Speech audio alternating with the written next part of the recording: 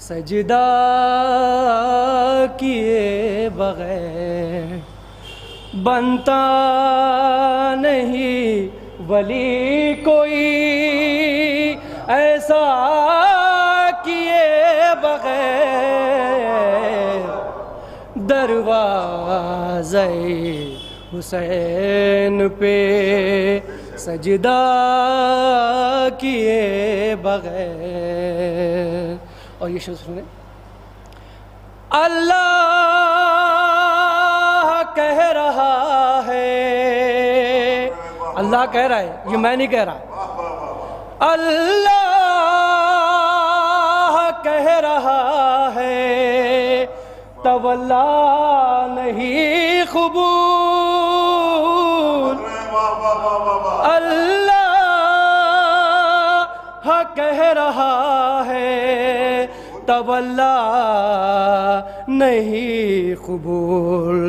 زہرا کے دشمنوں پہ تبرہ کیے بغیر دروازے حسین پہ سجدہ کیے بغیر.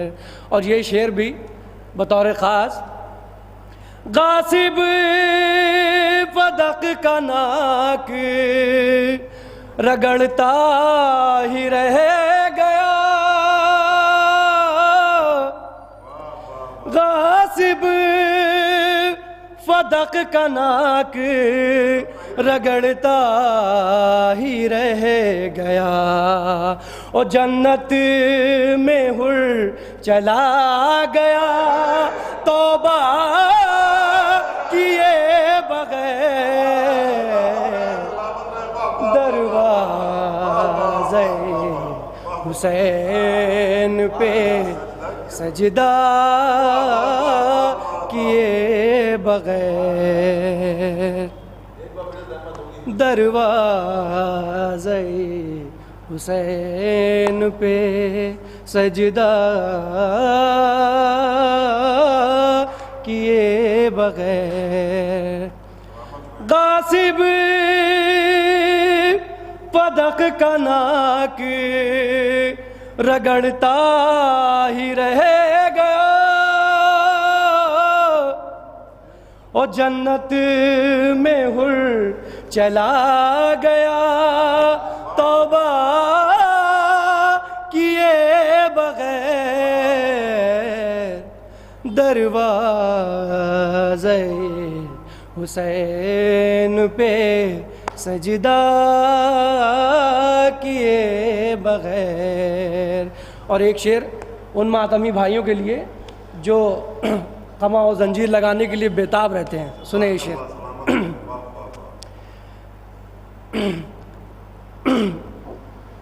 او عاشور والے دن یہ مجھے ماں کا حکم تھا،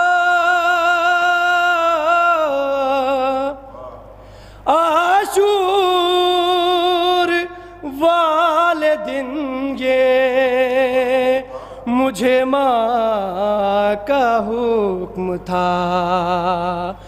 گھر میں نانا خون کا پرسا دیے بغیر دروازے حسین پہ سجدہ کیے بغیر. ایک صلوات بھیجیں. بس دو شعر مولا حسین کے مصائب آپ کے سامنے پیش کرنا چاہتا ہوں.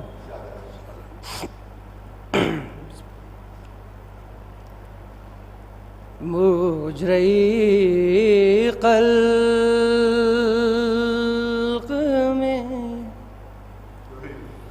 ان آنکھوں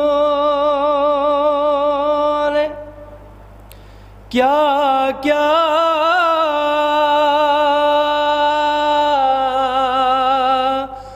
ہاں دیکھا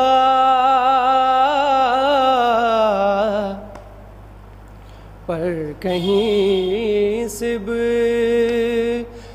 پیمبر سنا آقا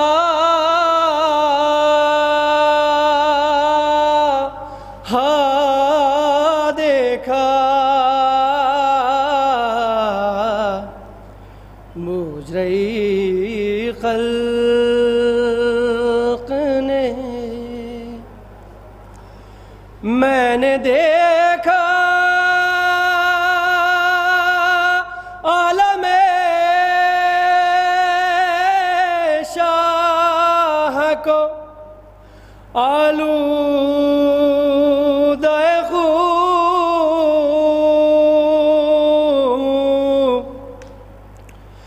میں نے دیکھا عالم شاہ کو آلودہ خون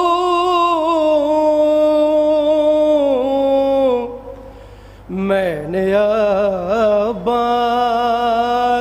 کو بھیجا لب دریا ہاں دیکھا مجرئی خلق نے میں نے دیکھا علی اصغر کا گلا خون میں تر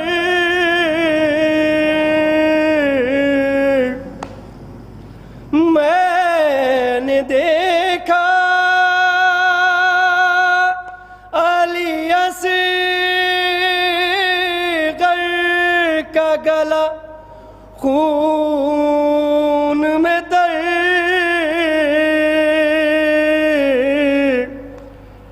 میں نے ٹکڑے علی اکبر کا کلیجہ ہاں دیکھا مجرئی خلق میں ایک گٹھری شاہدی پشت پا لائے اس میں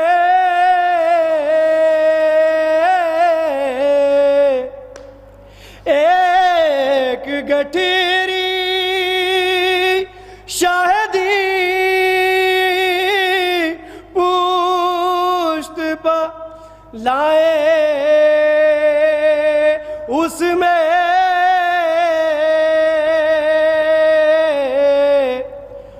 میں نے ٹکڑے ہوئے قاسم کا سراپا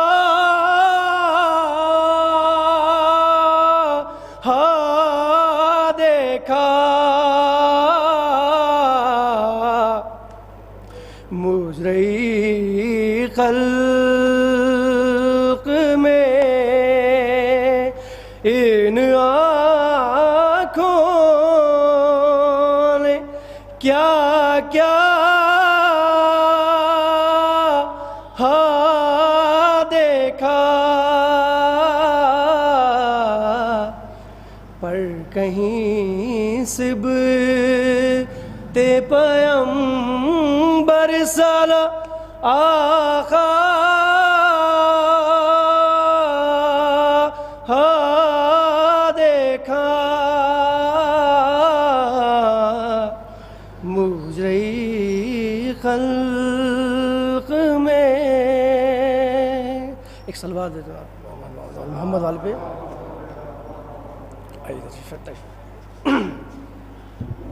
جزاک اللہ جناب عارف رضا صاحب، آپ نے بہترین کلام مصائب و فضائل کے حوالے سے مومنین کے درمیان پیش کیا۔ اور اب ہم گزارش کرتے ہیں شاعر اہل بیت جناب وسیع جون پوری صاحب سے وہ تشریف لائیں اور بارگاہ معصومین علیہ السلام میں خراج عقیدت پیش فرمائیں. بر محمد و آل محمد صلوات صلی اللہ علیہ وسلم.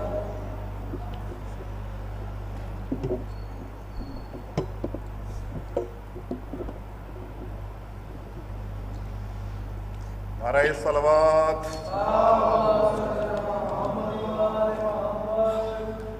اولاً آپ تمامی حضرات سے گزارش ہے کہ ایک بار سورہ فاتحہ جاوید مہدی مرحوم ابن مہدی علی مرحوم پڑھ کر بخش دے.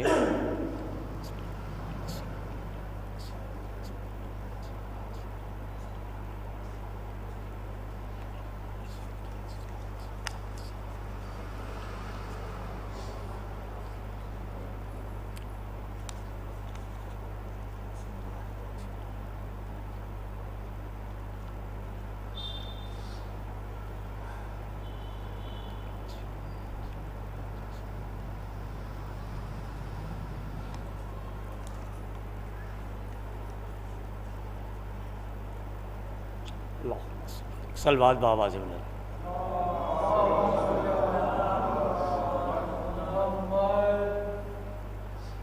ایک مرد مومن کے ایصال ثواب کی مجلس ہے.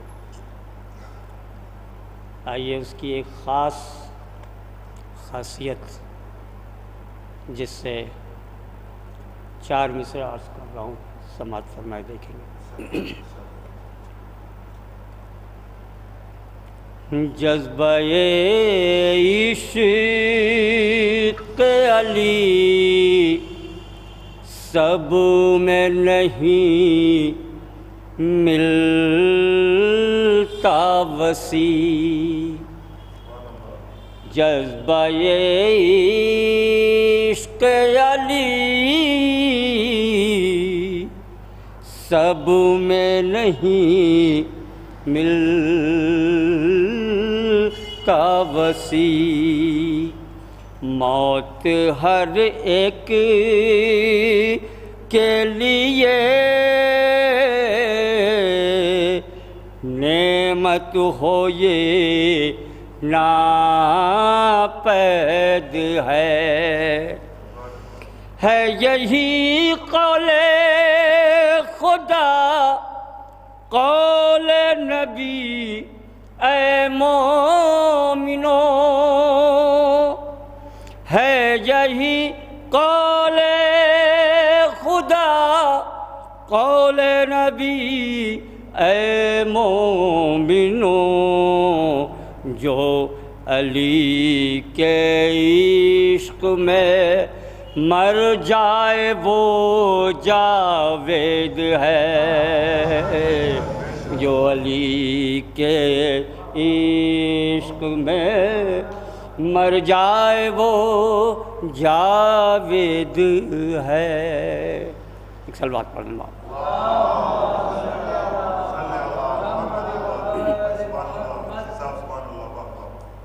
ایک نظم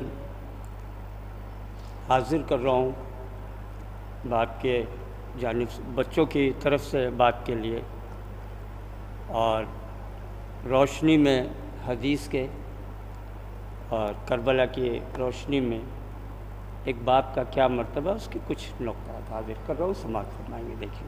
ایک صلوات پڑھ دیں بابا زولان.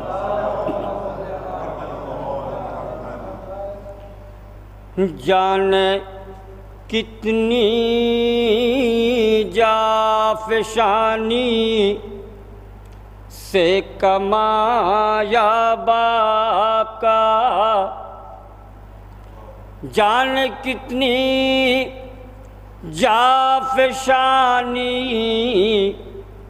سے کمایا باقا. بیٹیاں سرمایہ ہیں بیٹے خزانہ باقا. بیٹیاں سرمایہ ہیں بیٹے خزانہ باقا. سماعت فرمائیں گے کہ یوں سمجھ لینا کوئی آسا نہیں ماں باپ کو، یوں سمجھ لینا نہیں آسا کوئی ماں باپ کو، پوچھئے قرآن کی آیت سے رتبہ باپ کا، پوچھئے قرآن کی آیت سے رتبہ باپ کا، پوچھئے۔ اور سماعت فرمائیں گے یہ بطور خاص کہ ماں ہو ماں لہو اپنا پلا کر پالتی تو ہے مگر، ماں لہو اپنا پلا کر پالتی تو ہے مگر، اس میں شامل ہوتا ہے گاڑھا پسینہ باپ کا، اس میں شامل ہوتا ہے گاڑھا پسینہ باپ کا، اس میں شامل۔ و سماعت فرمائیں گے بطور خاص دیکھیں گے کہ اس سے پوچھو زندگی کی دھوپ کی شدت کا حال، اس سے پوچھو زندگی کی دھوپ کی شدت کا حال، جس سے سر سے جن بچوں کے اٹھ جاتا ہے سایہ باپ کا، سر سے جن بچوں کے اٹھ جاتا ہے سایہ باپ کا۔ اور یہ شعر بطور خاص مشاہدے کا شعر سماعت فرمائیں گے۔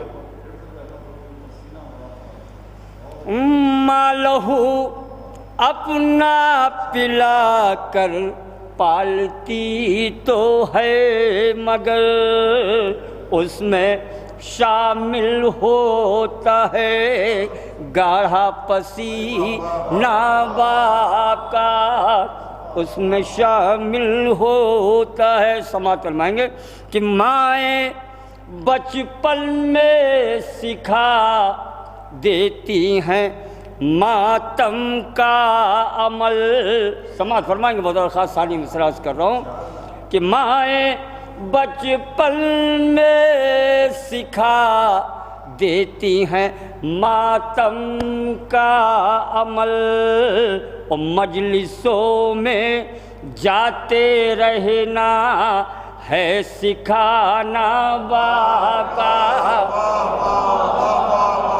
مجلسوں میں جاتے رہنا ہے سکھا یا باپ کا مجلسوں۔ اور یہ شعر بطور خاص حاضر کر رہا ہوں، دیکھیں گے شاید اس میں کوئی بات ہے کہ اپنی عظمتوں سے ہوں گے دونوں حشر میں، اپنی عظمتوں سے ہوں گے دونوں حشر میں، ایک قبیلہ ماں کا ہوگا ایک قبیلہ باپ کا، ایک قبیلہ ماں کا ہوگا ایک قبیلہ باپ کا، اور زندگی میں کیوں نہ ہوگا حج و عمرہ ساتھ ساتھ۔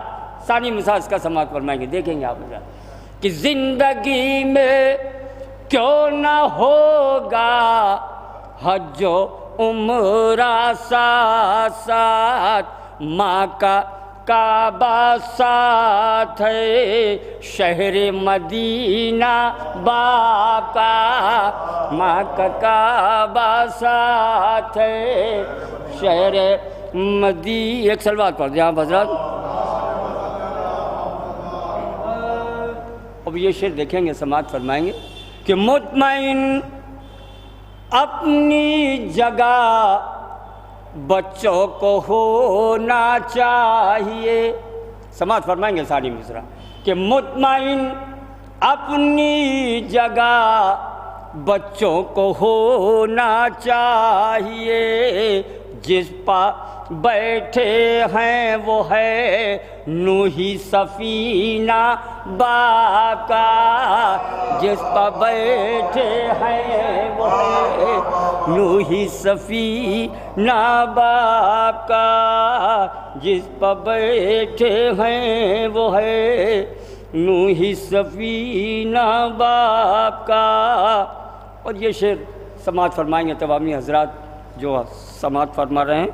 دیکھیں گے وہ یہ شعر کہ ہے جوانی خوبصورت جس قدر فرزند کی.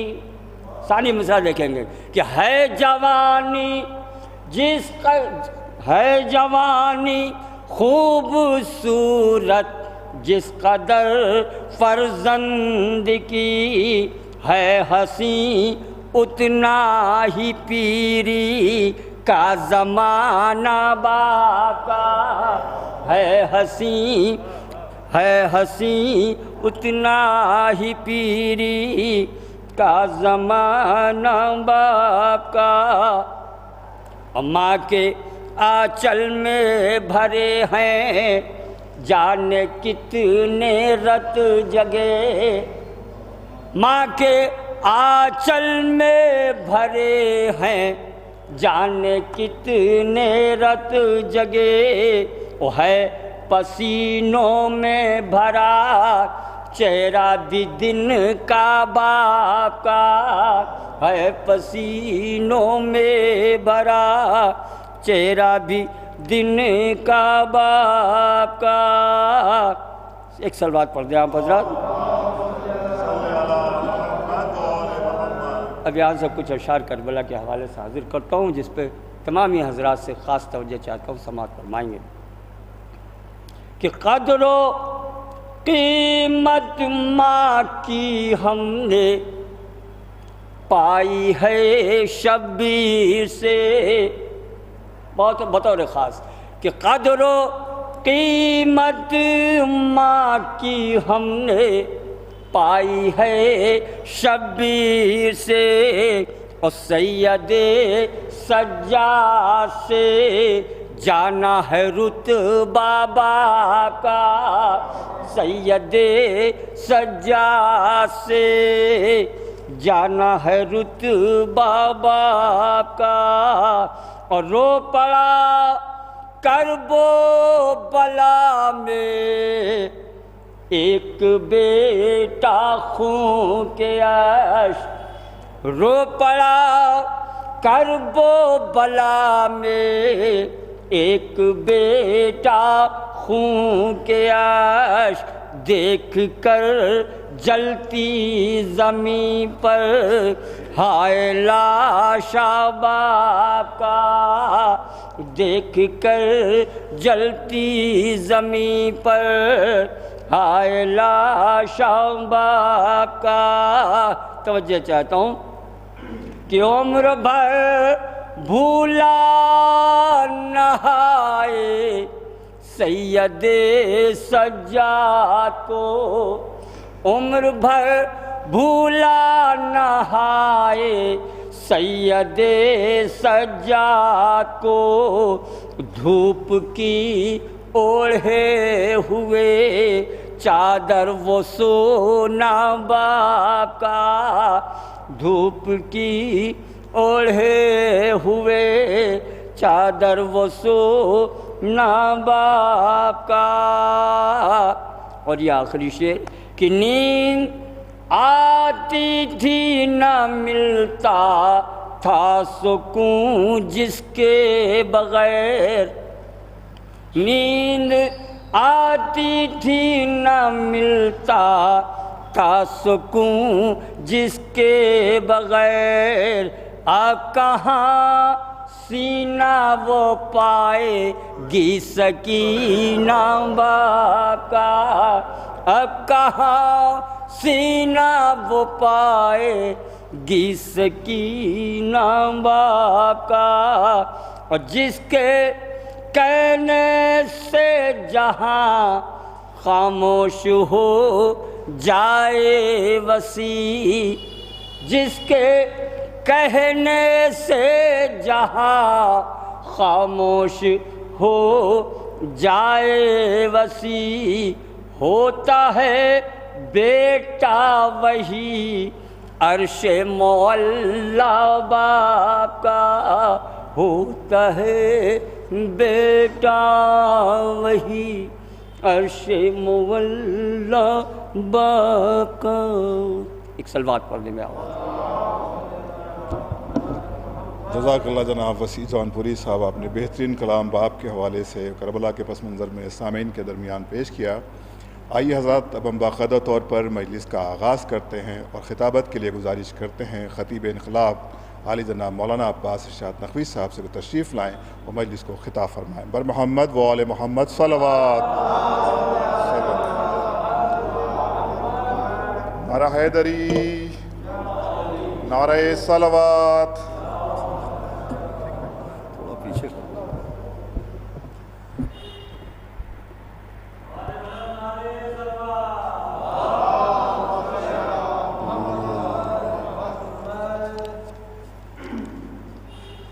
حضرات، گزارش ہے کہ ایک مرتبہ سورہ الحمد 3 بار سورہ اخلاص کی تلاوت فرما کر جناب جاوید مہدی صاحب مرحوم ابن مہدی علی صاحب مرحوم کی روح کو اثار ثواب کریں۔ بسم اللہ الرحمن الرحیم۔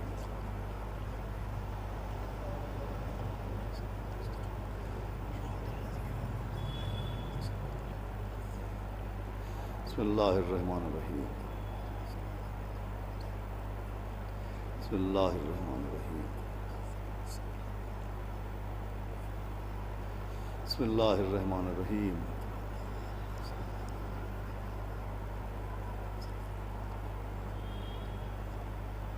بحق محمد فاتحہ۔ بسم اللہ الرحمن الرحیم۔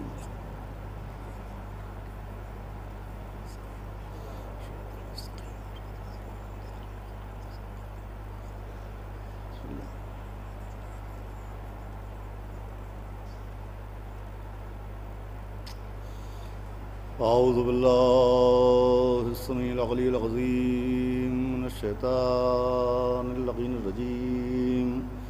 بسم اللہ الرحمن الرحیم۔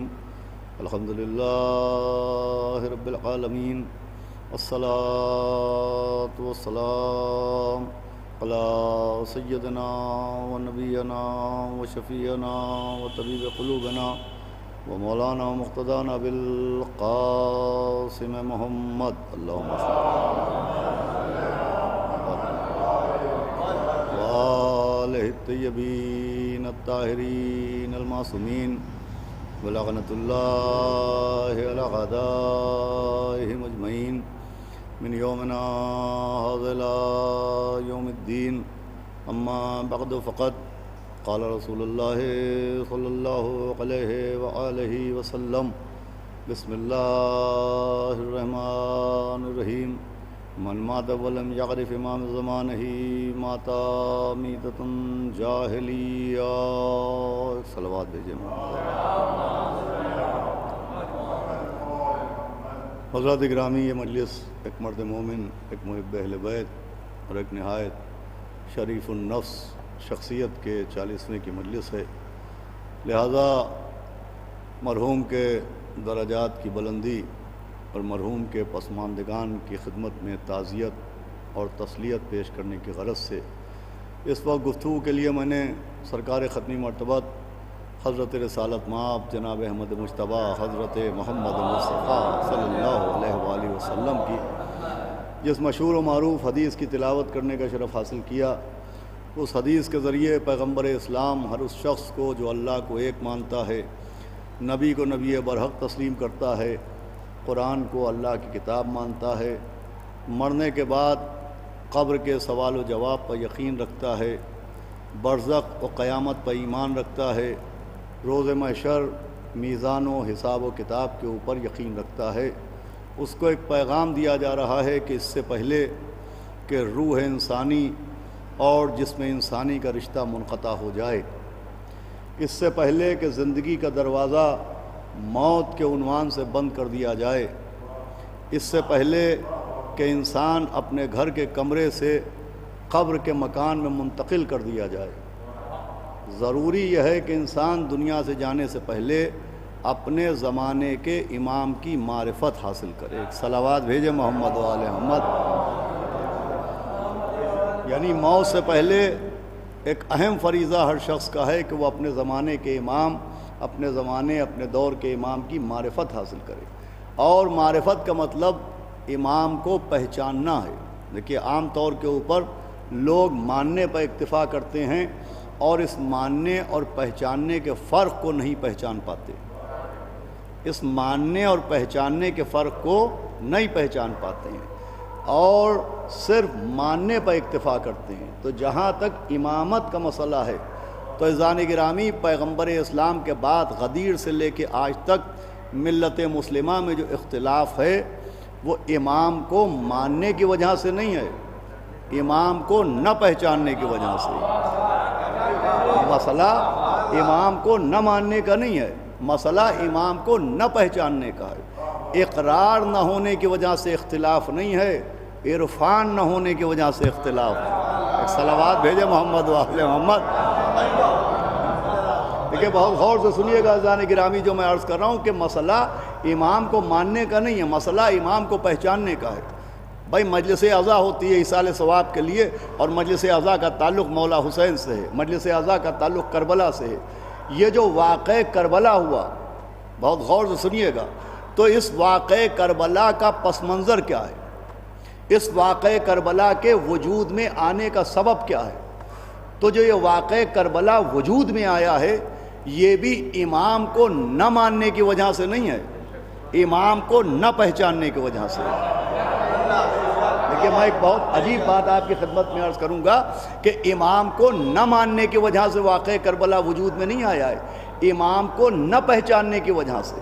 بھائی 61 ہجری میں اگر آپ تاریخ پر نظر ڈالیں، قبلہ مولانا مرتضیٰ پاروی صاحب تشریف فرما جو تصدیق کریں گے اس بات کی، تو آپ کو اس دور میں، جس دور میں مولا حسین نے قیام فرمایا اور مدینہ سے کربلا کی طرف ہجرت فرمائی، اس دور میں امام کو نہ ماننے کا کوئی مسئلہ ہی نہیں تھا۔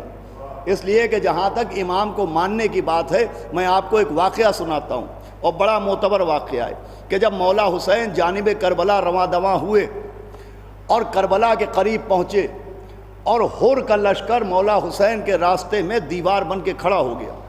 اب ادھر ہر کا لشکر ہے، ادھر مولا حسین ہے۔ اتنے میں ایک واقعہ ہوتا ہے، وہ واقعہ یہ ہے کہ ایک ابن زیاد کا قاصد، ابن زیاد کا میسنجر، ابن زیاد کا خط لے کے ہر کے پاس پہنچتا ہے، اور یہ ہر کے پاس ابن زیاد کا جو قاصد خط لے کے آتا ہے یہ قبیلہ کندہ کا شخص تھا۔ بھائی عرب میں پہلے بھی قبیلے تھے، آج بھی قبیلے ہیں، جیسے بنی ہاشم ہیں، بنی امیہ، ویسے ایک قبیلہ تھا بنی کندہ، تو آنے والا قبیلہ کندہ کا شخص تھا۔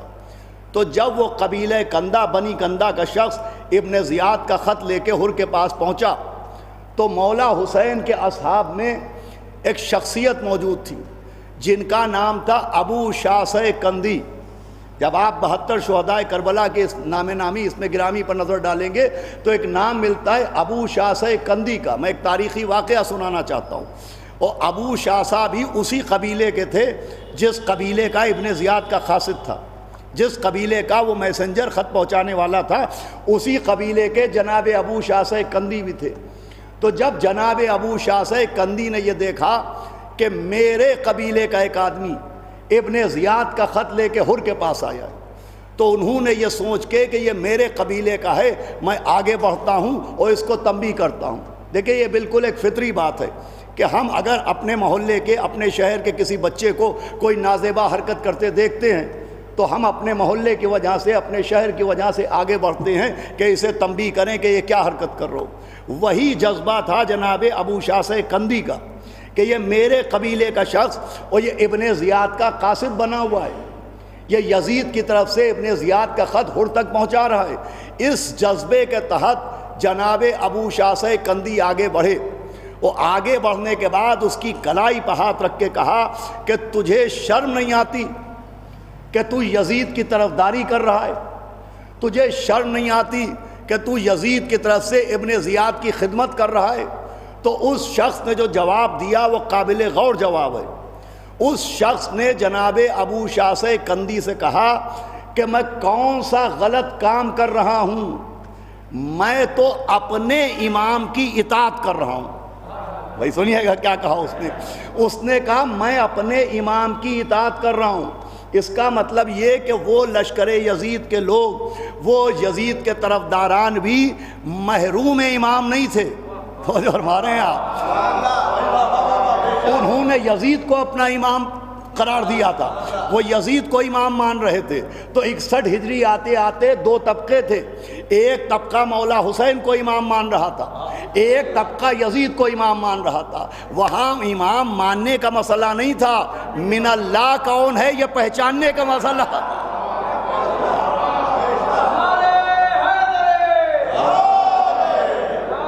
سنیے گا اذان گرامی،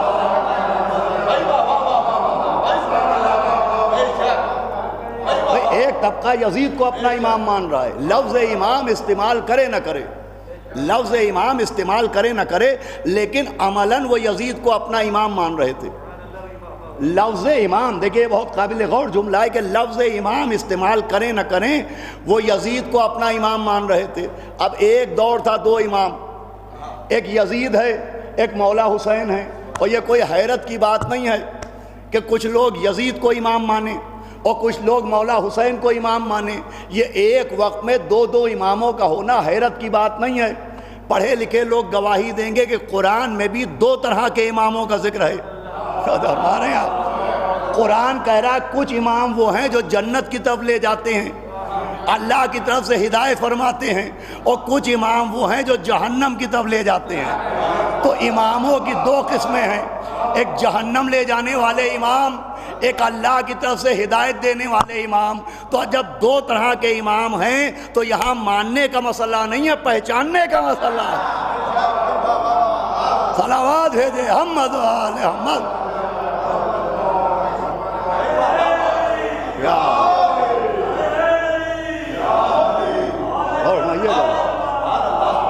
یہاں پر پہچاننے کا مسئلہ ہے کہ وہ امام کون ہے جو جہنم کی طرف لے جائے گا، اور وہ امام کون ہے جو اللہ کی طرف سے ہدایت کرتا ہے. اور خود مولا حسین بھی جو نکلے تھے تو معرفت امام کے لیے نکلے تھے، عرفان امام کے لیے نکلے تھے کہ من اللہ امام کون ہے یہ پہچانو، اللہ نے کس کو امام منتخب کیا یہ پہچانو. اب کہہ کے نکلے کہ میں اپنے نانا کی امت کی اصلاح کے لیے نکل رہا ہوں. توجہ سنیے گا بھائی، مولا حسین نے ایک لفظ استعمال کیا، لفظ اصلاح، کہ میں اپنے نانا کی امت کی اصلاح کے لیے نکل رہا ہوں. بچوں تک بھی بات پہنچ جائے، بات کو آسان کرتا ہوں. ہم جس کو اپنی زبان میں اصلاح کہتے ہیں اسی کو عام زبان میں ریپیرنگ کہتے ہیں. اصلاح کا مطلب ہوتا ہے ریپیئر کرنا، کوئی چیز خراب ہو جائے اسے درست کیا جائے، یہ اصلاح ہے. کوئی چیز ڈیمیج ہو جائے اسے ریپیئر کیا جائے، یہ اصلاح ہے. امام یہ کہہ کے نکلے کہ میں اپنے نانا کی امت کی اصلاح کے لیے، ایک صلوات پڑھ دے محمد والے محمد. سنیے گا بھائی، لفظ اصلاح کا مطلب ریپیئر ہوتا ہے. ریپیئرنگ کاہے کی ہوتی ہے؟ ایک کپڑا پھٹ گیا وہ ریپیئر کیا جائے گا، ایک چیز ٹوٹ گئی اب وہ ریپیئر کی جائے گی. تو ریپیئرنگ ڈیمیج کے نتیجے میں ہوتی ہے. ریپیئرنگ ڈیمیج کے نتیجے میں ہوتی ہے، اصلاح خرابی کے نتیجے میں ہوتی ہے. مجھے بتائیے جو مولا حسین اصلاح کے لیے نکلے تو وہ کون سی چیز تھی جو ڈیمیج ہو گئی تھی؟ مجھے بتائیے مولا حسین جو اصلاح کے لیے نکلے تو وہ کون سا مسئلہ تھا جس میں خرابی آئی تھی جسے درست کرنے نکلے؟ وہ کون سا مسئلہ تھا جو ڈیمیج ہو گیا تھا جس کو ریپیئر کرنے نکلے؟ ذرا تاریخ دیکھ کے بتائیے کیا مسئلہ عبادت میں ڈیمیج ہوا تھا؟ تو ایسا نہیں ہے بھائی. سب مان رہے تھے کہ ظہر کی نماز 4 رکعت ہے، عصر کی نماز 4 رکعت ہے، مغرب کی نماز 3 رکعت ہے، عشاء کی نماز 4 رکعت ہے، صبح کی نماز 2 رکعت ہے۔ سب مان رہے تھے کہ ماہ رمضان کے روزے واجب ہیں، سب مان رہے تھے کہ زندگی میں ایک بار حج کرنا واجب ہے، سب مان رہے تھے کہ مال سے زکوٰۃ نکالنا ضروری ہے۔ مجھے بتائیے ڈیمیج کون سا مسئلہ ہوا تھا؟ نماز واجب ہے یہ سب مان رہے تھے، روزے واجب ہے یہ سب مان رہے تھے، مولا حسین کس ڈیمیج کو ریپیئر کرنے نکلے؟ کس خرابی کی اصلاح کرنے کے لیے نکلے؟ تو مولا حسین معاملات عبادت کی اصلاح کے لیے نہیں نکلے، عقیدہ امامت کی اصلاح کے لیے نکلے۔ صلوات بھیجے محمد و آل محمد۔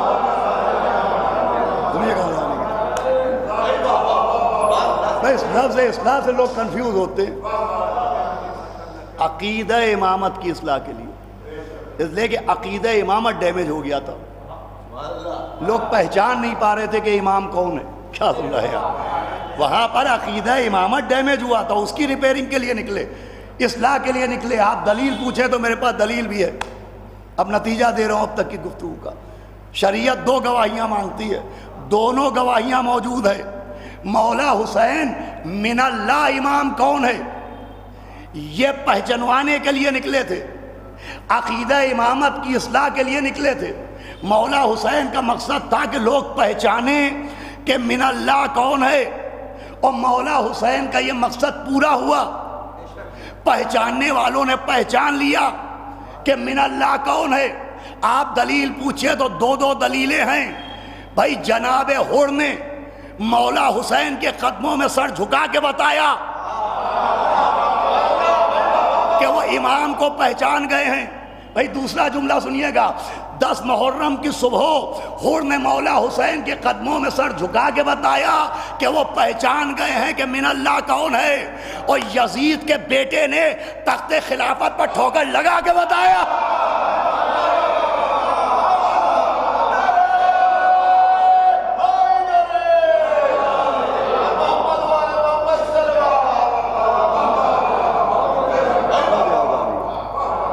یہ تھی اصلاح، یہ اصلاح تھی، یہ مسئلہ تھا جسے ریپیئر کرنے نکلے تھے کہ صبح عاشورہ جناب حر نے اقرار کر کے بتایا کہ وہ پہچان گئے من اللہ کون ہے، اور یزید کے بیٹے نے تخت پہ ٹھوکر لگا کے بتایا کہ صرف میدان میں نہیں پہچانا گیا من اللہ کون ہے، یزید کے مکان تک میں پہچان لیا گیا۔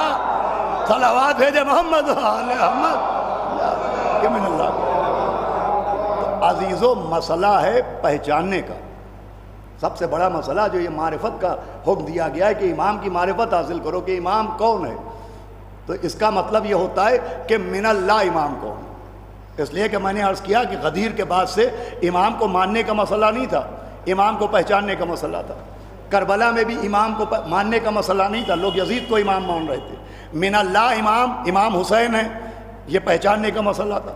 پھر چوتھے امام کا دور آیا تو چوتھے امام کے زمانے میں بھی ضروری تھا، بھائی پڑھے لکھے لوگ اس جملے کی قدر کریں گے، چوتھے امام کے زمانے میں بھی ضروری تھا کہ پہچنوا دیا جائے کہ من اللہ کون ہے۔ اسی وجہ سے جناب محمد حنفیہ سید سجاد کے ساتھ آئے تاکہ سنگ اسود گواہی دے اور پہچان لیا جائے کہ من اللہ کون ہے۔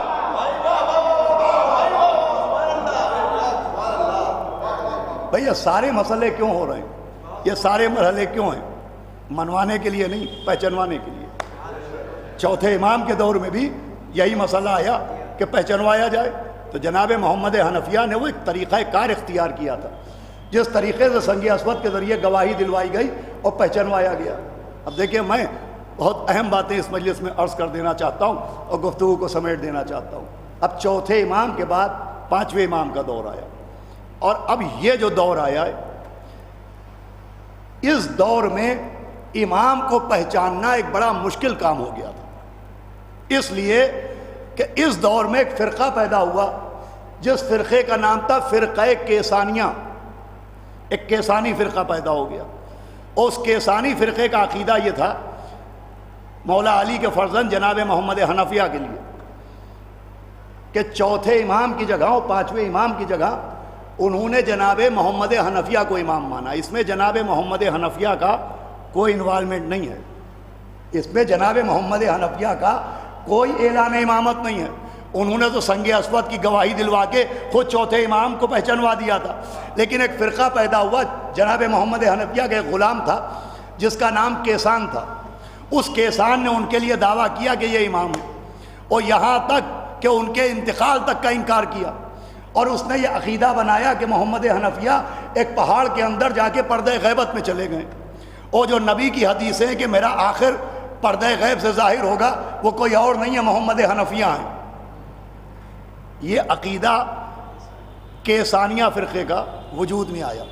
اب ایک دعوی امامت محمد حنفیہ کے لیے ہونے لگا. بہت توجہ سنیے گا, انشاءاللہ نتیجہ نکلے گا تو دعا دیجیے گا. ایک فرقہ کیسانیہ جناب محمد حنفیہ کے لیے دعوی امامت کر رہا ہے. چنانچہ جناب مختار کے لیے بھی کچھ لوگوں نے کیسانیہ فرقے سے نسبت دی تھی کہ یہ کیسانی ہے, حالانکہ ایسا نہیں تھا. وجہ یہ ہوئی تھی کہ چونکہ احکام جناب مختار جناب محمد حنفیہ سے حاصل کرتے تھے تحریک انتقام خون حسین کے لیے, لہذا لوگوں نے سوچا یہ بھی ان کو امام مانتے, لہذا جناب مختار کے لیے ان لوگوں نے کہا یہ کیسانیہ فرقے سے تعلق رکھتے ہیں. ایک فرقہ کیسانیہ وجود میں آیا. پھر ایک اور فرقہ وجود میں آیا جس فرقے کا نام ہے فرقہ زیدیہ. زیدی نہیں, زیدی تو چوتھے امام کی اولاد میں ہوتے ہیں. ایک فرقہ زیدیہ وجود میں آیا. اس زیدیہ فرقے نے جناب زید جو چوتھے امام کے فرزند تھے ان کے لیے دعوی امامت کر دیا اور کہا کہ جناب زید امام ہیں. اس زیدیہ فرقے کا نظریہ یہ تھا کہ امام وہ ہوتا ہے جو میدان جنگ میں نکل کے دشمن سے مقابلہ کرتا ہے, باطل سے لڑتا ہے. جو گھر کے اندر بیٹھا رہے ہم اسے امام نہیں مانیں گے. چنانچہ پانچویں امام کو انہوں نے امام نہیں مانا, چونکہ جناب زید آل مروان کے مقابلے میں میدان جنگ میں آئے تھے, لہذا اس نے کہا کہ جناب زید امام ہیں. پانچویں امام کے بجائے زیدیہ فرقے نے جناب زید کو امام مانا, حالانکہ ان کا نظریہ بالکل الگ تھا. یہ جو زیدیہ فرقہ آج تک یمن میں, جو آپ ملک سنتے ہیں یمن میں زیدیہ فرقے کی موجودگی ہے, زیدیہ فرقہ وہاں رہتا ہے. حالانکہ جناب زید کا بھی اس معاملے میں کوئی انوالومنٹ نہیں تھا. جیسے پانچویں امام نے جناب محمد حنفیہ نے اپنے لیے دعوی امامت نہیں کیا, کیسان نے ان کو امام کہہ دیا, ویسے ہی جناب زید نے بھی اپنے لیے دعوی امامت نہیں کیا, زیدیہ فرقے نے ان کے لیے دعوی امامت کر دیا. میں یہ بات اس لیے زور دے کے عرض کر رہا ہوں کہ کسی کے ذہن میں جناب زید کے لیے کوئی غلط فہمی نہ آنے پائے.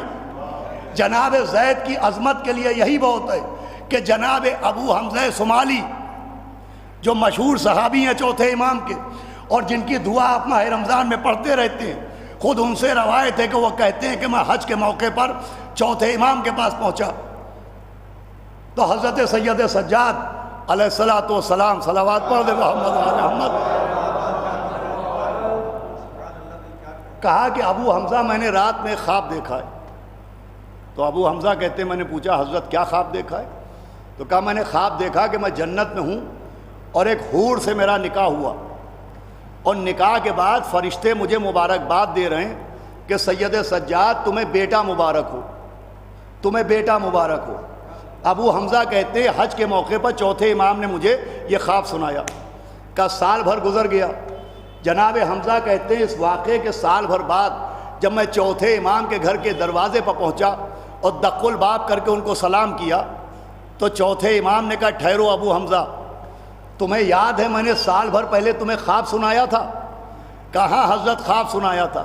کہ میں سوچتا ہوں کہ کل خواب سنایا تھا, آج تعبیر دکھا دی جائے. کیا بنایا, صلوات بھیجے محمد و آل محمد. اور اس کے بعد جناب زید کو اپنی گود میں لے کے آئے اور سورہ یوسف کی وہ آیت پڑھی کہ جو اس موقع پر پڑھی گئی کہ جب جناب یوسف کو ان کے بھائیوں نے سجدہ کیا تھا, اور آیت میں اعلان ہے کہ یہ ہے اس خواب کی تعبیر جو یوسف نے دیکھا تھا. تو چوتھے امام نے جناب زید کو پیش کیا. جناب زید کی عظمت کے لیے یہی بہت ہے, اور زیدیہ فرقے نے ان کے لیے امامت کا دعویٰ کیا. یہ بات بھی قابل توجہ ہے, ہمارے بچوں تک کچھ معلومات پہنچ جائے, ان کو معلوم ہو جائے, اس لیے میں عرض کر رہا ہوں انشاءاللہ نتیجہ نکلے گا تو آپ خاموش نہ رہیں گے.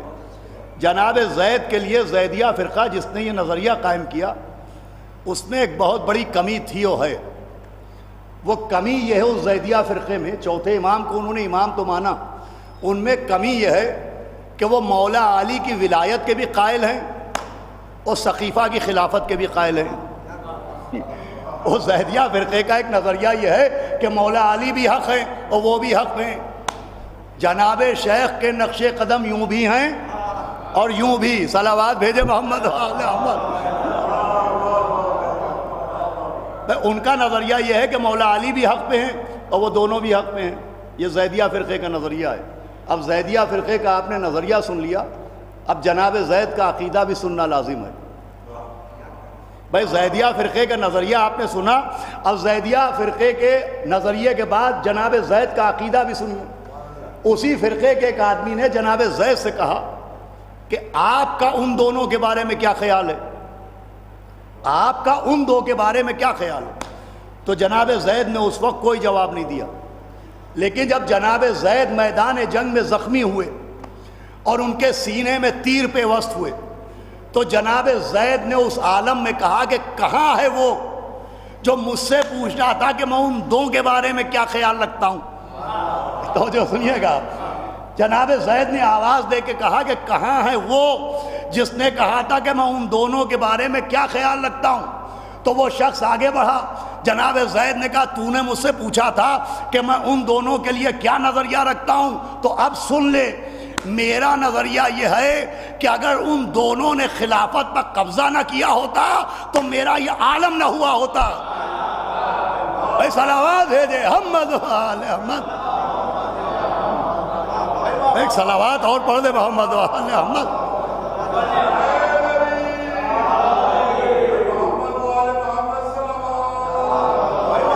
سنیے گا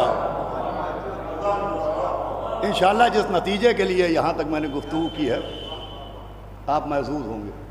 اب ایک فرقہ موجود ہے جو جناب زید کو امام کہہ رہا ہے. جناب زید ہیں من الناس، یعنی لوگوں کے بنائے ہوئے امام. ایک فرقہ کہہ رہا ہے محمد حنفیہ امام ہے.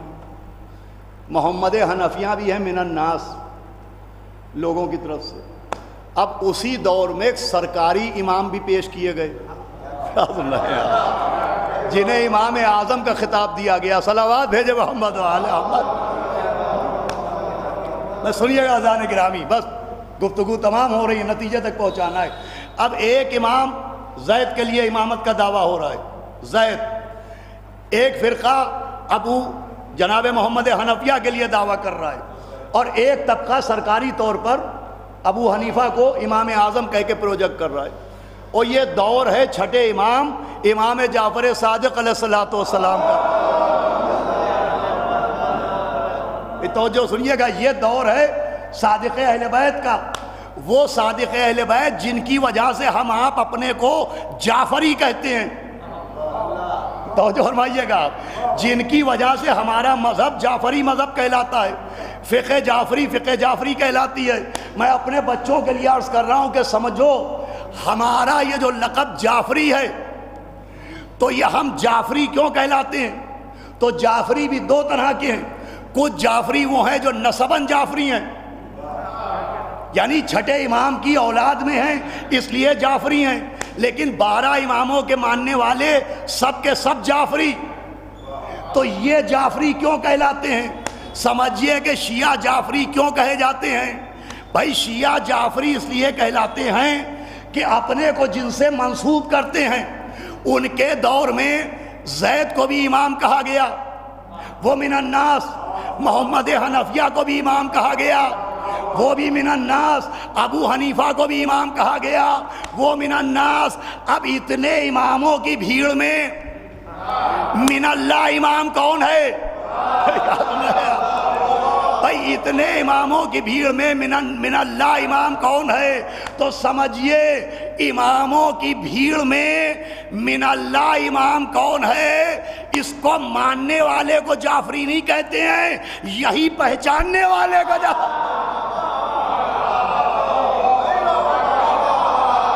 صلوات بھیجے محمد محمد. یہ پہچاننے والا جعفری. کہ ان اماموں کے جھرمٹ میں کہ کوئی ان کو امام کہہ رہا، کوئی ان کو امام کہہ رہا، کوئی ان کو امام کہہ رہا. اب ان اماموں کے بیچ میں وہ من الناس ہیں، وہ من الناس ہیں، وہ من الناس ہیں. من اللہ کون ہے؟ جس نے یہ پہچان لیا کہ چھٹے امام من اللہ ہیں، اللہ کی جانب سے، وہ جعفری کہلایا. اب اس کی دلیل سنیے اور گفتگو کو میں تمام کر دوں.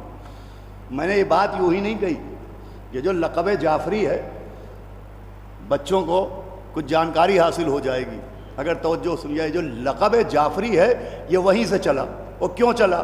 اس لیے چلا کہ فرقہ کیسانیہ کے ایک شاعر تھے جو بعد میں شاعر اہل بیت ہو گئے. ان کا نام تھا سید ہمیری.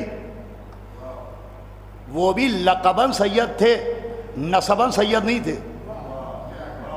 تو جو فرمائیے سید ہمیری، علماء کرام ہمارے قبلہ مولانا حجت الاسلام مرزا پاروی صاحب قبلہ تصدیق فرمائیں گے، وہ لقباً سید تھے، سید ہمیری، نسباً سید نہیں تھے.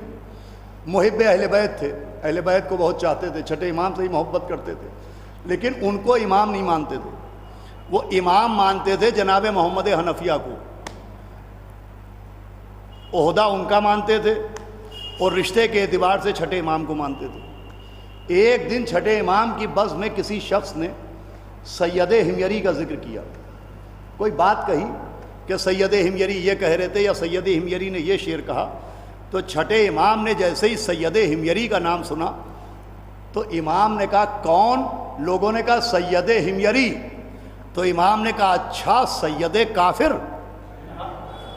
کوئی بہت توجہ سنیے گا. امام نے کہا سید کافر.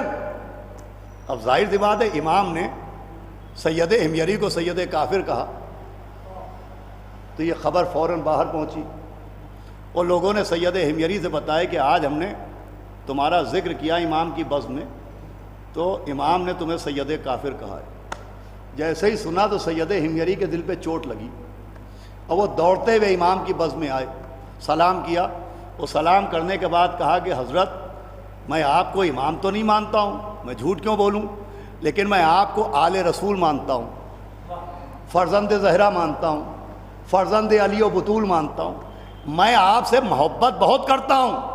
آپ کو امام نہیں مانتا لیکن میں آپ سے محبت بہت کرتا ہوں اور آپ مجھے سید کافر کہہ رہے ہیں. بس سنیے گا جملہ امام کا. جب آپ ذاکر کے نقطے پر چپ نہیں رہتے تو اپنے امام کے جواب پر کیا چپ رہیں گے؟ انہوں نے کہا سید ہمیری نے کہ میں آپ کو امام نہیں مانتا لیکن آل رسول مانتا ہوں. میں آپ کی اطاعت تو نہیں کرتا لیکن آپ سے محبت کرتا ہوں. آپ نے مجھے سید کافر کہا. تو چھٹے امام نے فرمایا سنو سید ہمیری، ہماری محبت اس وقت تک فائدہ نہ دے گی جب تک تم ہم کو من اللہ امام نہ مان لو. فرمایا آپ نے کہا ہماری محبت اس وقت تک فائدہ نہ دے گی جب تک تم ہم کو من اللہ امام نہ مان لو. بھائی امام نے یہ بھی پیغام دیا صرف رشتہ ماننا کافی نہیں ہے، عہدہ ماننا بھی ضروری ہے. صرف نبی کی آل ماننا ضروری نہیں ہے، امام برحق ماننا بھی ضروری ہے. دنیا اسی سے سمجھے کہ مولا علی کو صرف نبی کا داماد ماننا کافی نہیں ہے، خلیفہ بلا فضل ماننا ہے.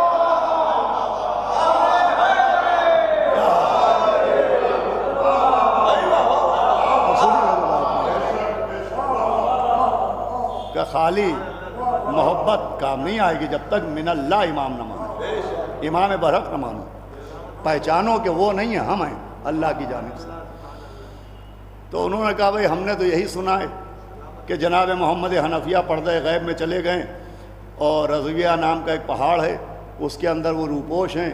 جب دنیا میں ظلم و جور بہت بڑھ جائے گا تو جناب محمد حنفیہ نکلیں گے اور وہی قائم ہوں گے اور وہی دنیا میں عدل و انصاف قائم کریں گے. ہم تو ان کو امام مانتے ہیں. تو امام نے سید ہمیری سے کہا کہ محمد حنفیہ کو تم امام مانتے ہو، یہ بتاؤ کہ اگر محمد حنفیہ میری امامت کا کلمہ پڑھ لیں،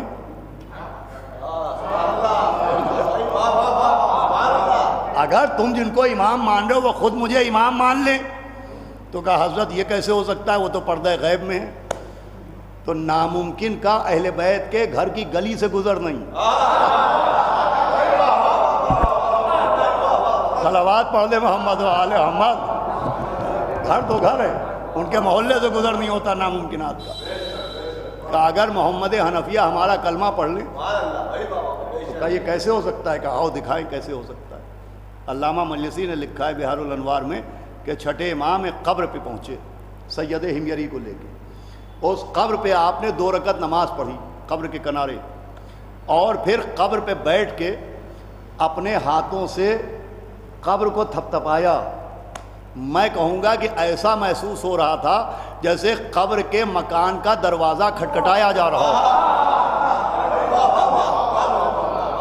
اور قبر میں شگاف پڑا, اور قبر کے اندر سے جناب محمد حنفیہ اپنے بالوں کا غبار جھاڑتے ہوئے نکلے, اور نکلنے کے بعد امام کو دیکھ کے کہا السلام علیکہ یا حجت اللہ. جناب محمد حنفیہ قبر سے باہر آئے اور چھٹے امام کو دیکھ کے کہا, بس گفتگو تمام ہو رہی ہے, السلام علیکہ یا حجت اللہ. جیسے ہی جناب محمد حنفیہ نے چھٹے امام کو اللہ کی حجت کہہ کے سلام کیا, ویسے ہی علامہ مجلسی نے لکھا ہے کہ سید ہمگری نے ایک شعر کہا. بھئی ابھی بہترین نظم باپ کے عنوان سے آپ سن رہے تھے, سید ہمگری کے ایک مصرے کا بھی ترجمہ سنیے. انہوں نے لکھا کہ سید ہمگری نے ایک شعر کہا, محمد حنفیہ نے امام کو حجت کہہ کے سلام کیا, اور سید ہمگری نے یہ کلام کیا کہ آج سے میں اللہ کا نام لے کے اعلان کر رہا ہوں کہ آج سے میں جعفری ہوں. اللہ بھائی سید ہمگری نے اپنے مصرے سے میں کہا آج سے میں اعلان کر رہا ہوں اللہ کا نام لے کے کہ آج سے میں جعفری ہوں. سید ہمگری کا یہ مصرع بتا رہا ہے کہ امام کو ماننے والا جعفری نہیں ہوتا, پہچاننے والا. صلوات بھیجے محمد وآل محمد.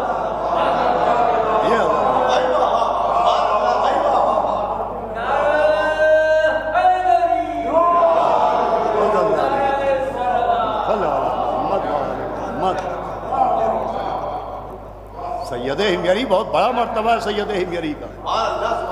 بارگاہ معصومین میں یوں بھی شعراء اہل بیت کو اللہ نے بڑا نوازا ہے. ابھی شعراء اہل بیت اشعار پیش کر رہے تھے, ان کا بڑا مرتبہ ہے بارگاہ معصومین میں. بھی سید ہمگری جو کیسانیہ سے جعفری ہوئے, وہ اعلان کر کے جعفری ہوئے. اور میں نے ابھی عرض کیا تھا لقباً یہ سید تھے. ایک دن وہ تھا کہ جب امام نے کہا تھا سید کافر, اب جب انہوں نے پہچان لیا تو پہچاننے کا ایک انعام ملا. وہ انعام یہ ملا کہ امام نے کہا سید ہمگری تمہارا نام سید کس نے رکھا ہے؟ تو کہا حضرت میری ماں مجھے سید سید کہتی ہے. تو کہا تمہاری ماں تمہیں سید کہتی ہیں, میں تمہیں سید الشعراء کہہ رہا ہوں. صلوات بھیجے محمد آل محمد. یہ مرتبہ ہوتا ہے پہچاننے کا, اسی لیے شرط ہے اور اعلان ہے کہ جو اپنے امام کو پہچانے بغیر مر جائے. پہچاننے کا مطلب یہ کہ من اللہ مانے. بھئی انہی امام کی حدیث ہے کہ جو امام حسین کی معرفت کے ساتھ کربلا جائے اس پر جنت واجب ہے. تو پوچھنے والے نے پوچھا تھا کہ معرفت کسے کہتے ہیں؟ تو فرمایا معرفت کی پہلی منزل یہ ہے. دیکھیے معرفت کی منازل بہت ہیں, لیکن معرفت کی پہلی منزل یہ ہے کہ امام نے فرمایا معرفت اسے کہتے ہیں کہ امام حسین کو من اللہ امام مانو, اللہ کی جانب سے منتخب مانو کہ اللہ نے انہیں امام بنایا ہے. ان کی معرفت لے کے جاؤ, ان کو پہچانو. اور اس لیے بھی امام کو پہچاننا ضروری ہے. اللہ مرحوم جاوید مہدی صاحب کے درجات کو بلند فرمائے, ان کے بھائی, ان کی بیوہ, ان کے تمام گھر والوں, ان کے فرزند, ان کی بیٹی, ان کے داماد, سب کو توفیق صبر عطا ملے. یہ جو انتقال ہوتے ہیں اور موتیں ہوتی ہیں, وہ بھی ایصال ثواب کی مجلسیں ہوتی ہیں, اور اس پہ عرفان امامت پر گفتگو ہوتی ہے. تو اس لیے ہوتی ہے کہ موت کا ایک تو میں نے ابھی عرض کیا معرفت امام سے پہلے کا اہم فریضہ ہے کہ موت سے پہلے معرفت حاصل کرے, اور اس لیے بھی معرفت حاصل کرے کہ سب سے سخت منزل روح نکلنے کی ہوتی ہے. اس وقت بھی مدد کرنے کو آتا ہے تو من اللہ امام آتا ہے. اور پھر قبر کی منزل کہ ناصری قبر پا عبرت کے لیے لکھوا دو, طول کھینچا ہے یہاں تک شب تنہائی نے. وہ وحشتناک منزل، اس میں بھی اگر وعدہ ہے تو من اللہ امام کا وعدہ ہے کہ مولا علی نے کہا گھبرانا نہیں، ہم آئیں گے ہم۔ اب وہاں بھی پہچاننا ذریعہ نجات بنے گا کہ نکیرین پوچھیں گے تیرا خدا، مولا علی آئیں گے کہیں گے کہہ دے اشہد ان لا الہ الا اللہ، تیرا نبی مولا علی مدد کریں گے کہہ دے اشہد ان محمد رسول اللہ، تیری کتاب کہہ دے قرآن، تیرا قبلہ کہہ دے کعبہ، تیرا دین کہہ دے اسلام۔ اب وہاں بھی سوال ہوگا تیرا امام، تو اگر پہچانتے ہوں گے تو جواب دیں گے، اگر نہیں پہچانتے ہوں گے تو مولا علی بھی مدد نہیں کریں گے۔ اللہ کو پوچھا گیا مولا علی نے مدد کی، نبی کو پوچھا گیا مولا علی نے مدد کی، لیکن اب خود مولا علی کے بارے میں پوچھا گیا کہ امام، تو اب مولا علی چپ رہے کہ سمجھایا کہ اللہ کو بھولو گے ہم بتائیں گے، نبی کو بھولو گے ہم بتائیں گے، قرآن بھول جاؤ گے ہم مدد کریں گے، کعبہ بھول جاؤ گے ہم مدد کریں گے، لیکن اگر ہم کو بھول جاؤ گے تو کوئی بتانے کے لیے نہ آئے گا۔ اس لیے چاہے خوشیاں ہو چاہے غم ہو، چاہے گھر میں ولادت ہو چاہے کسی کا انتقال ہو، ہم اس گھرانے کو نہیں بھولتے، اس گھر کو نہیں بھولتے، اس لیے بھی نہیں بھولتے بڑا سخت وقت ہوگا بیٹے کے لیے، بیٹی کے لیے، مرحوم جاوید مہدی صاحب کی اہلیہ کے لیے، ان کے بھائی، ان کے تمام رشتہ داروں کے لیے، خصوصاً اولاد کے لیے۔ ابھی آپ شعر سن رہے تھے وسیع صاحب سے، باپ کا بڑا مرتبہ ہوتا ہے، سایہ پدر کا سایہ لطف الہ ہے، زندہ اگر ہے باپ پسر بادشاہ ہے۔ میر انیل صاحب نے فرمایا ہے سایہ پدر کا سایہ لطف الہ ہے، زندہ اگر ہے باپ پسر بادشاہ ہے۔ جب تک باپ زندہ رہتا ہے باپ باپ نہیں ہوتا ہے، مصیبتوں کی دھوپ میں ایک سایہ دار شجر ہوتا ہے، مصیبتوں کی دھوپ میں ایک پناہ گاہ ہوتا ہے، اس کی کوششیں اس کی کاوشیں ہوتی ہیں، ماں کا لہو شامل ہوتا ہے، جیسا کہ ابھی آپ شعر میں سن رہے تھے، اولاد کی تربیت میں اور اولاد کی کفالت میں تو باپ کا بھی خون پسینہ شامل ہوتا ہے۔ اب باپ کے جانے کے بعد اولادوں کی بھی ذمہ داری ہے، جیسے باپ نے اپنی ذمہ داری پوری کی، بچوں کی تربیت دے کے اور تعلیم دے کے اور بچوں کی کفالت کر کے باپ نے اپنی ذمہ داری پوری کی ہے، تو اب اولاد کی بھی ذمہ داری ہے کہ مرنے کے بعد ماں باپ کا ایصال ثواب کرتے رہے۔ ایصال ثواب نہ بند ہونا چاہیے، قبر کے پٹھرے بند ہوتے ہیں مگر مرنے والے کے ورثاء کی ذمہ داریوں کے دروازے نہیں بند ہوتے۔ سب سے بڑی ذمہ داری ہے ایصال ثواب ہو، یہ مجلسیں اسی لیے رکھی جاتی ہیں، اور ایصال ثواب میں مجلس ایک ایسا ایصال ثواب ہے کہ یہ دکھے ہوئے دلوں کے اوپر مرہم کا کام کرتا ہے۔ جہاں جہاں ان کے رشتہ دار اقربا اس مجلس کو سن رہے ہیں، اللہ مرحوم کو جوار معصومین میں جگہ عنایت فرمائے، کروٹ کروٹ جنت ملے، شفاعت اہل بیت نصیب ہو، اللہ مغفرت فرمائے، ان کی اولادوں کو قوت صبر عنایت فرمائے۔ دیکھیں یہ ایک مرہم ہوتا ہے، یہ بات طاہر ولی صاحب مرحوم پڑھا کرتے تھے قبلہ کہ دو باتیں ایسی ہوتی ہیں کہ جن کی کثرت سے دماغ کا توازن بگڑ جاتا ہے۔ ایک کثرت مسرت، آدمی بہت زیادہ خوش ہو گیا تو ذہن کا توازن بگڑ جاتا ہے، اور اگر انسان حد سے زیادہ غمزدہ ہو جائے تو ذہن کا توازن بگڑ جاتا ہے۔ یہ ایصال ثواب کی مجلسوں میں بھی فضائل و مصائب اس لیے ہوتے ہیں کہ کتنے ہی بلند کیوں نہ ہو جاؤ، اگر اہل بیت کی بلندی پر نظر رہے گی تو دماغ کا توازن باقی رہے گا۔ اور یہ مصائب اس لیے ہوتے ہیں کہ کتنی ہی مصیبتیں کیوں نہ آئیں، اگر زہرا کا لٹا ہوا گھر سامنے ہے تو ہر مصیبت ہیچ نظر آتی ہے۔ بھائی جنازے ہر گھر سے نکلتے ہیں، میتیں ہر گھر سے اٹھتی ہیں، لیکن جیسے جنازے اہل بیت کے گھر میں نظر آئے اللہ ایسے جنازے نہیں دیکھے گئے۔ بھائی مرحوم کا جنازہ اٹھا ہوگا اور جنازے میں شرکت کرنے والوں نے اس میں بھی شرکت کی ہوگی، اور نہ جانے کتنی میتوں میں جنازوں میں ہم نے آپ نے شرکت کی ہے۔ اگر آپ غور کیجئے تو آپ کو اچھی طرح یاد آ جائے گا کہ جنازوں کا دستور یہ ہے کہ جب ایک بار جنازہ گھر سے باہر نکل جاتا ہے تو دوبارہ گھر کے اندر نہیں لایا جاتا ہے۔ جب ایک بار جنازہ نکل جائے تو دوسری بار گھر کے اندر نہیں لایا جاتا ہے۔ ہم اہل بیت کو اپنی میتوں پر اس لیے روتے ہیں کہ ہم نے دیکھا مولا حسن کا جنازہ گھر سے نکلا اور تیروں کی بارش کی گئی، یہ دنیا کا پہلا جنازہ تھا جو دوبارہ گھر میں واپس لایا گیا۔ بھائی میں نے کتاب کی آنکھوں سے نہیں دیکھا ہے لیکن تصور کی آنکھوں سے دیکھا ہے کہ جناب عباس دوڑتے ہوئے حجرے میں آئے، کہا اماں میری تلوار کہاں ہے؟ کہا میرے لال جنازے میں تلواروں کا کیا کام؟ کہا اماں غضب ہو گیا، سبط اکبر کے جنازے پر تیر چلائے جا رہے ہیں۔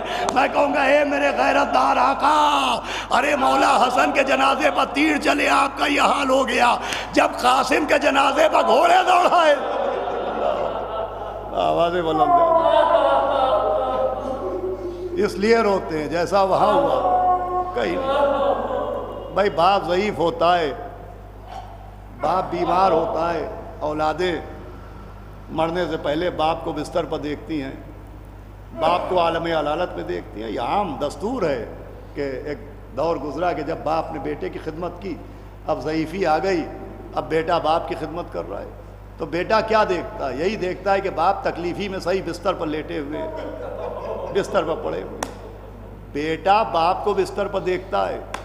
کربلا میں ایک بیٹا بستر پر لیٹا ہوا باپ کو دیکھ رہا ہے، اللہ، اور کہہ رہا ہے خدا کی قسم میں اپنے بابا کو پہچان نہ پایا، امامے کے پیچ کٹے ہوئے، گریبان کھلا ہوا، کونیوں سے خون بہ رہا ہے۔ آواز دی بابا آپ کا یہ کیا عالم ہو گیا؟ ارے میرا چچا عباس کہاں چلا گیا؟ کہے سید سجاد بس ایک یہ وصیت رہے یاد ہے میرے جانی، کرنا نہ فراموش میری تشنہ دہانی، 36 پہر گزرے ہیں پایا نہیں پانی، پانی دے اگر بات میرے ظلم کے بانی، تم فاتحہ بابا کا دلا دیجیو بیٹا اور تھوڑا سکینہ کو بلا دیجیے۔ اللہ بھائی مرحوم کے فرزند ناوید مہدی تک میری آواز پہنچ جائے، مرحوم کی بیٹی تک، ان کی بیوہ تک، ان کے بھائی، ان کے داماد تو تشریف فرما ہیں۔ ایسے عالم میں کوئی بیٹا اپنے باپ کو کہیں دیکھتا ہے؟ اب جو دیکھا تو سر سے پاؤں تک تیروں میں لپٹے ہوئے، اللہ ہو۔ کوئی بیٹی ایسے دیکھتی ہے اپنے باپ کو کہ نیند آئے گی بو آپ کی جب پاؤں گی بابا، میں رات کو مقتل میں چلی آؤں گی۔ اللہ، بیٹی اور باپ کی محبت تو کچھ الگ ہی ہوتی ہے۔ مولا علی سے کسی نے کہا تھا کہ یا علی دعا کیجئے اللہ مجھے بیٹا دے، فرمایا انشاءاللہ بیٹا ملے گا، لیکن بیٹی کے لیے بھی دعا مانگا کرو۔ وہ مجلس تمام ہو رہی ہے، کہا بیٹی کے لیے بھی دعا مانگا کرو۔ کہا یا علی یہ بیٹی پر اتنا زور کیوں دیا؟ مولا علی نے فرمایا بیٹیاں باپ کے جنازے کی زینت ہوتی ہیں۔ اللہ اکبر۔ بھائی مرحوم کی بیٹی کی تسلی و تعزیت کے لیے جملے حاضر ہے کہ بیٹیاں باپ کے جنازے کی زینت ہوتی ہیں۔ مطلب یہ ہے کہ جب باپ کا انتقال ہوتا ہے اور گھر سے جنازہ نکلتا ہے اور بیٹی جنازے سے لپٹ کے چیخ چیخ کے روتی ہے تو یہ جنازے سے لپٹ کے رونا باپ کے جنازے کی زینت کہلاتا ہے۔ مگر میں کہوں گا یا علی فریاد، کربلا میں یہ قانون بدل گیا، وہاں بیٹی تو موجود ہے مگر باپ کے جنازے پر رونے نہیں دیا جاتا۔ کوئی بیٹی کے تماچے لگا رہا ہے، کوئی کانوں سے گوشوارے چھین رہا ہے، بیٹی آواز دے رہی ہے بابا سکینہ کہاں جائے بابا؟ ارے بابا میرے امو مارے گئے، میرے تماچے لگائے جا رہے ہیں۔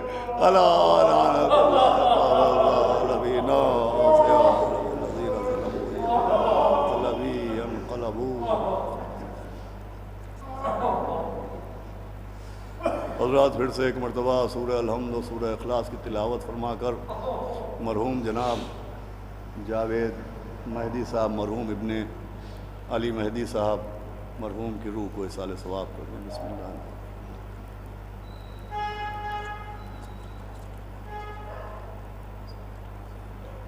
بسم اللہ بسم اللہ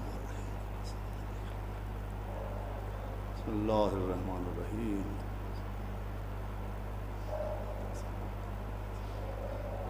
صلی علی اللہ والے اس مجلس کا ثواب، اس ذکر کا ثواب مرحوم جاوید مہدی صاحب ابن علی مہدی صاحب کی روح کو پہنچے اور ان کے درجات کو بحق محمد و آل محمد بلند فرما، انہیں شفاعت اہل بیت نصیب ہو، ان کے بیٹی اور بیٹے اور ان کے بھائی اور ان کے تمام رشتہ داروں، ان کے تمام دماغ، تمام متعلقین کو توفیق صبر عطا فرما۔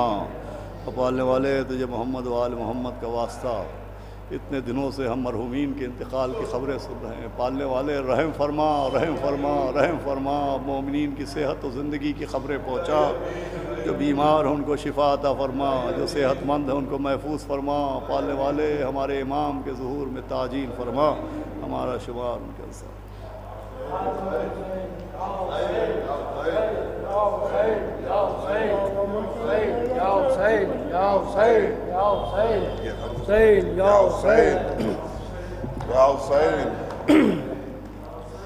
کس طرح بندھے ہاتھوں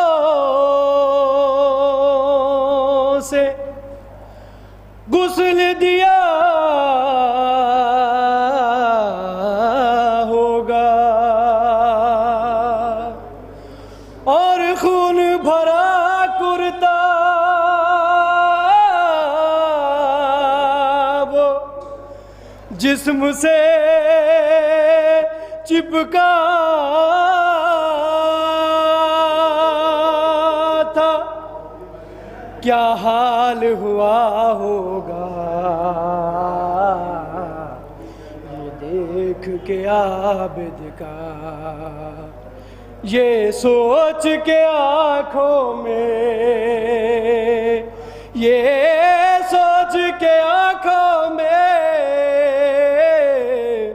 آنسو چلے آتے ہیں، سجاد سکینہ کی میت کو اٹھاتے ہیں، سجاد سکینہ کی میت کو اٹھاتے ہیں، سجاد سکینہ کی میت کو اٹھاتے ہیں، بہنا بہنا کہہ کر، بہنا بہنا کہہ کر سینے سے لگاتے ہیں، سجاد سکینہ کی میت کو اٹھاتے ہیں، سجاد سکینہ کی میت کو اٹھاتے ہیں، نزدیک سکینہ کے سجاد ہنسی آئے، چہرے پہ نظر پڑتے ہی لب پہ یہی لائے، اس عالم غربت میں کیا کیا ہے ستم ڈھائے، سب بیویوں کو عابد، سب بیویوں کو عابد نزدیک بلاتے ہیں، سجاد سکینہ کی میت کو اٹھاتے ہیں، سجاد سکینہ کی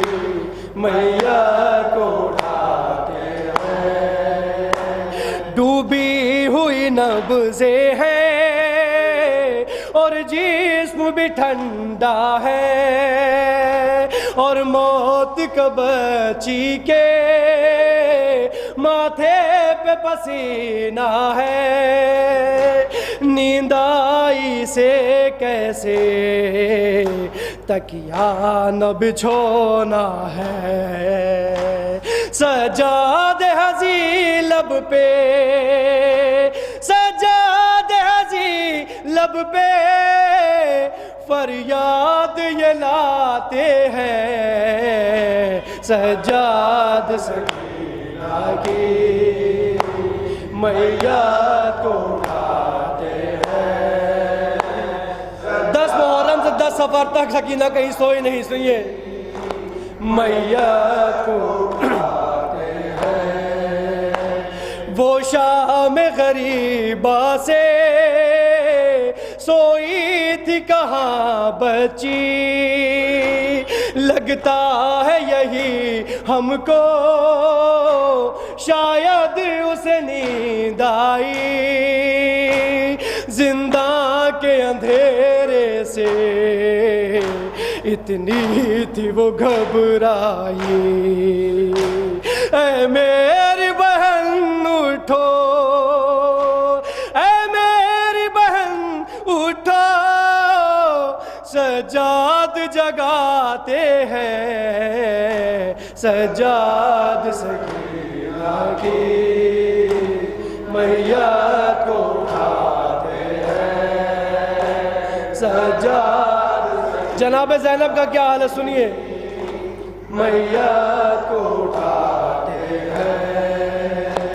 زینب نے کہا رو کر دیدار ذرا کر لوں، کلثوم بھی آ جاؤ اور تم بھی رباب آؤ، اور دیکھ لو جی بھر کے ایک بار سکینہ کو، عابد ابھی بچی کو، عابد ابھی بچی کو تربت میں چھپاتے ہیں، سجاد سکینہ کی میت کو اٹھا، مختصر سماعت فرمائے، سجاد سکینہ کی میت کو اٹھاتے ہیں، چھلکے ہوئے ہیں آنسو، کوہرام ہے ایک برپا، کانوں سے سنا جس نے بھی حال سکینہ کا، بی بی کے مصائب میں ہے درد بھرا اتنا، اعجاز کا یہ نوحہ، اعجاز کا یہ نوحہ، عارف جو سناتے ہیں، سجاد سکینہ کی میت کو اٹھاتے ہیں، سجاد سکینہ کی میت کو اٹھاتے ہیں۔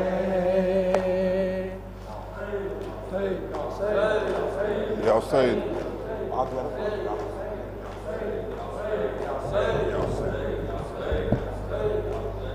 السلام علیکم عبداللہ، السلام علیکم رسول اللہ، السلام علیکم ولا جدک و ابیک، السلام علیکم ولا امک و اخیک، السلام علیکم والمستشہدین معک جمیعا برحمت اللہ وبرکاتہ، السلام علیکم یا غریب الغرباء، السلام علیکم یا معین الضعفاء الفقراء، السلام علیکم یا سلطان العرب والجم، السلام علیکم یا علی بن موسیٰ الرضا برحمت اللہ وبرکاتہ، السلام علیکم یا صاحب العصر والزمان خلیفۃ الرحمن شریک القرآن، السلام علیکم یا امام زماننا ھذا جل اللہ فرجک وصلی اللہ مخرجک و ظہورک ورحمت اللہ وبرکاتہ۔